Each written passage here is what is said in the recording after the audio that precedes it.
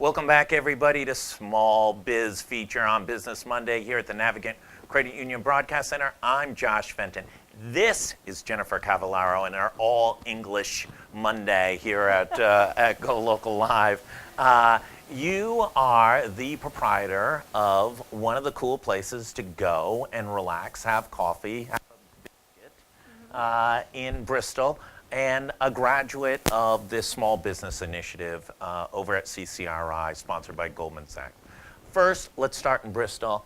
Talk a little bit about your place.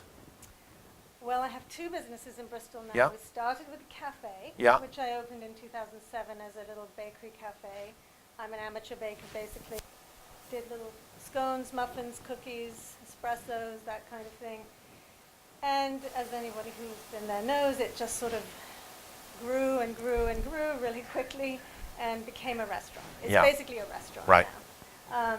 And then in 2015, I opened the bakery, which is just a mile away in town. We now do all the baking there, and we take it over to the cafe, and we sell at the bakery all of our fresh goods, and we do salads and sandwiches to go for people who are in a rush. That's what we have, two growing businesses. And you're growing a lot. Well, the Pantry especially is growing. After 3 years now, it's really got that vibe, and that it's really catching on. And the cafe is just as crazy and busy as ever, which makes me happy. So talk about for a minute going through the 10,000 Small Business Program sponsored by Goldman Sachs down at CCRI. Why did you enter the program? Well, it was actually the result of the governor, Raimondo. She came to you. She came to the cafe to give me a sort of certificate and congratulate me for 10 years in business. Congratulations. Which was great. And Yeah. I made a throwaway comment. I said, we have another location now. And I said, but that's all I'm ever going to do until I get professional help, meaning that I realized I had reached the limit of what I could manage as an amateur business person, basically. Yep. And she said, you should do the 10,000 Business Program. And I said, yeah, who has time?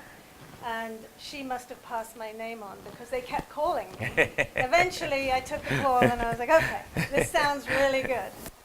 That'd be amazing. Great. And when did you start the program, finish the program? How long? What year did you graduate? I just graduated in August. Yeah. I started in May and ended in August this year.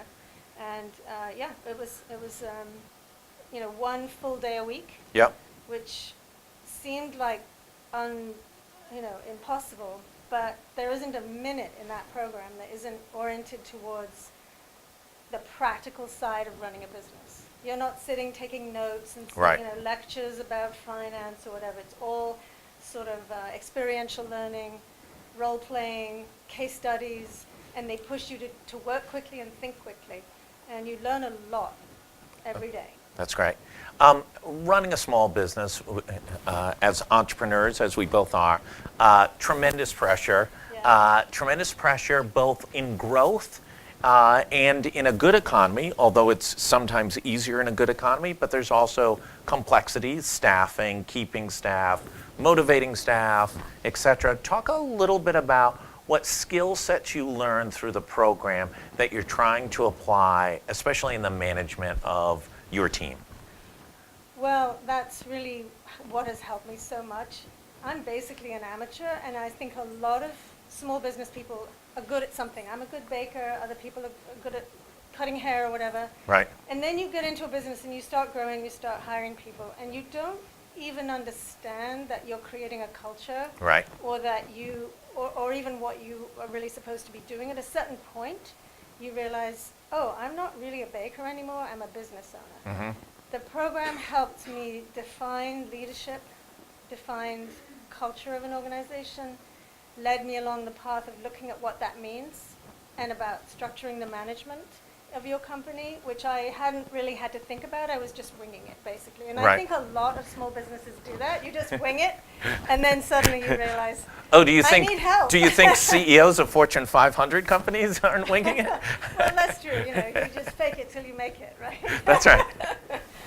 But it has profoundly changed the way I think about my business. Yeah.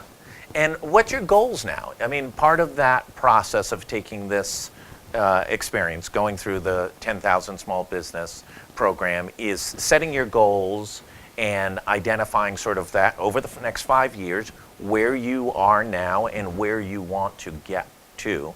Talk a little bit about that. Well, within the program, to simplify things, I focus mainly on the Behive Pantry because it's newer. Yeah.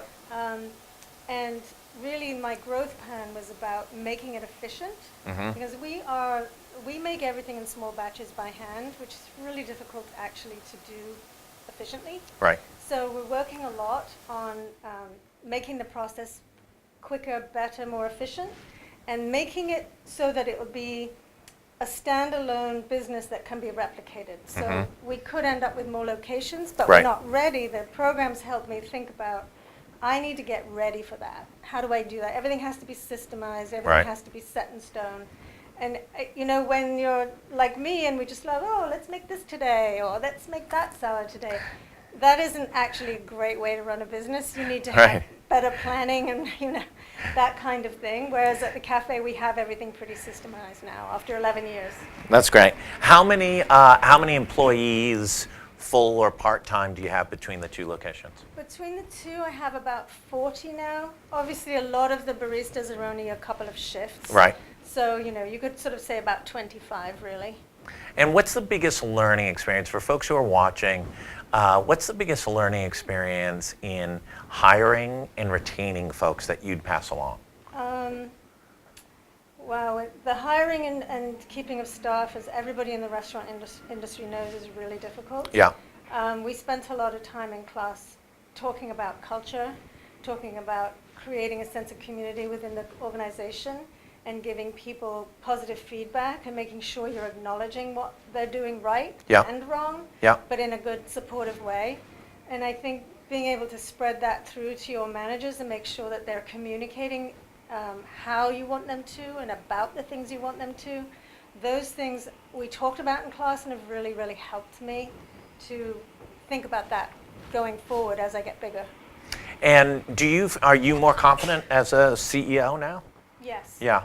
Night and day. Yeah. And just internally for me, saying, okay, this is my job, that I'm supposed to be setting the culture and deciding which way we're going, as opposed to getting sucked into worrying about, you know, what kind of donut we're making today. Like, I really need my staff to let them be creative with what pizzas are we making today. I'm saying, well, you know, how do we hire people to make the pizzas, and how do we Right. make them happy making the pizzas, or whatever we're making that day. So.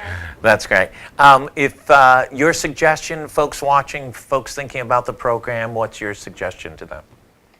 Take the program. Yeah. Take the program. The time is so well worth spent. I didn't feel like a day was wasted in that program. We were there, you know, sometimes 8 to 5, but I don't think anybody in the program thought that there was any wasted time. That's great. Yeah. I want to thank you for coming on. Congratulations on all the success. Thank you for 2 having me. locations, 40 people, a Rhode Island success story. I want to thank everybody for tuning in to the Small Business Feature on Business Monday here at the Navigant Credit Union Broadcast Center. I'm going to be back at 4 o'clock with Gary Sass, the money man, head of the Hassenfeld Institute at Bryant University. We're going to be looking at the bond issues, talking a little bit about the governor's race, and everything else that's going on anywhere from D.C. to Rhode Island. We'll see you back.